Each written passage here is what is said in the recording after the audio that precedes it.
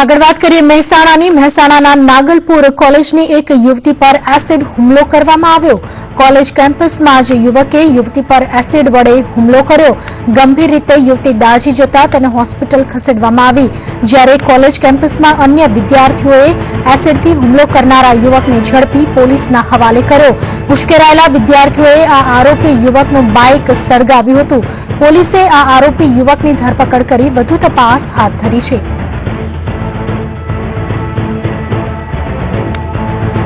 મહેસાણાનો આખો બનાવ છે ત્યારે સુપ્રીમ કોર્ટે 2013માં જ એસિડના વેચાણને લઈ પ્રતિબંધ મૂકવામાં આવ્યો હતો, પરંતુ આ પ્રકારની ઘટના જે સામે આવી રહી છે, દેશભરમાં એસિડના વેચાણ પર વર્ષ 2013થી પ્રતિબંધ લાદવામાં આવ્યો હતો, પરંતુ મહેસાણામાં આ પ્રકારની ઘટના સામે આવી છે। યુવતી ગંભીર રીતે દાઝી ગઈ છે, તે હોસ્પિટલમાં સારવાર હેઠળ છે।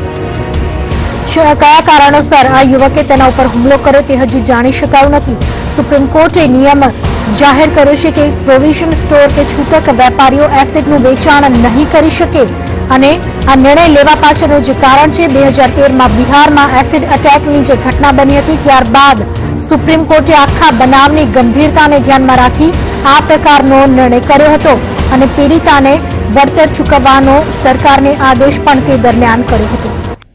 ક્યાંય પણ કોઈ પ્રકારની ઘટના અઘટિત ઘટના બનશે, દરેક જગ્યાએ પોલીસ ખૂબ કડકાઈથી પગલાં લેશે। ક્યાંય પણ કોઈ પ્રકારની ઘટના અઘટિત ઘટના બનશે, દરેક જગ્યાએ પોલીસ ખૂબ કડકાઈથી પગલાં લેશે।